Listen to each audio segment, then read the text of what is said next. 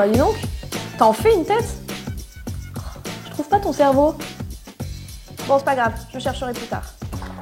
En attendant, fais-moi le public pour mon exposé, s'il te plaît. Bonjour. Saviez-vous qu'il existe une lumière invisible qui pénètre la matière pour voir au plus profond de notre corps ou d'un objet archéologique?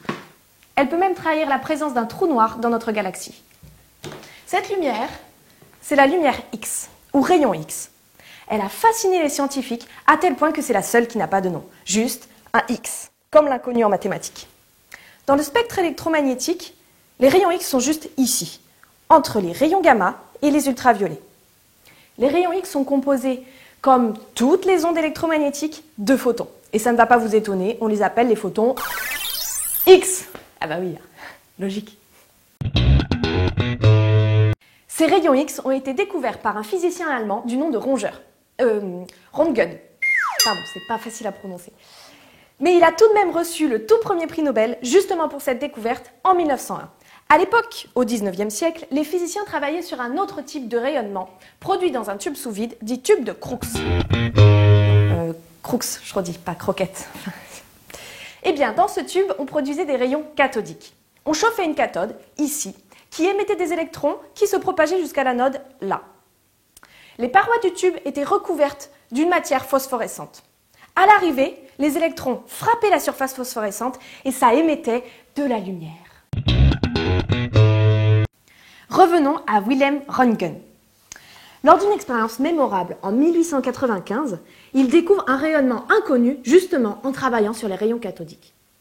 Il fait le noir dans son laboratoire et il a l'idée de recouvrir complètement le tube de Crookes pour vérifier s'il émet bien de la lumière lorsque le tube est totalement opaque.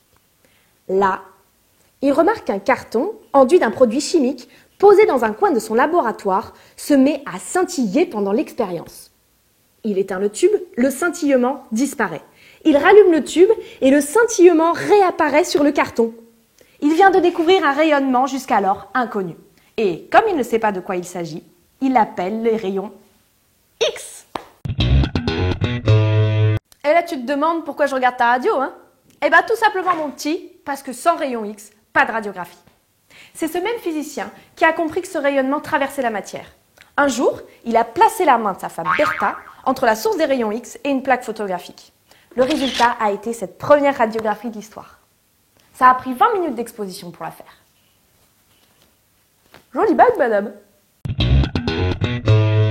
Ce qui est intéressant, c'est que selon la nature de la matière traversée, les rayons X vont être soit déviés par les atomes, soit absorbés par les atomes.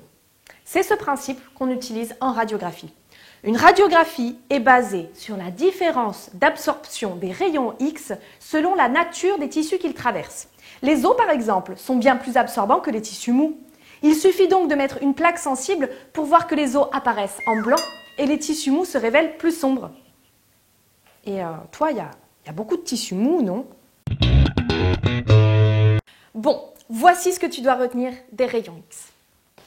C'est une lumière invisible à notre œil, oui, même au tien, qui interagit très fortement avec la matière. Elle trouve son application dans plein d'aspects de la vie courante. Radiographie médicale, contrôle des bagages dans les aéroports, vérification des soudures. En astrophysique, on l'utilise pour étudier les phénomènes de haute énergie, comme par exemple quand de la matière est en rotation très rapide autour d'un trou noir. Mais on ne peut le détecter que depuis un satellite, car l'atmosphère terrestre arrête les rayons X. Merci de m'avoir écouté, etc., etc.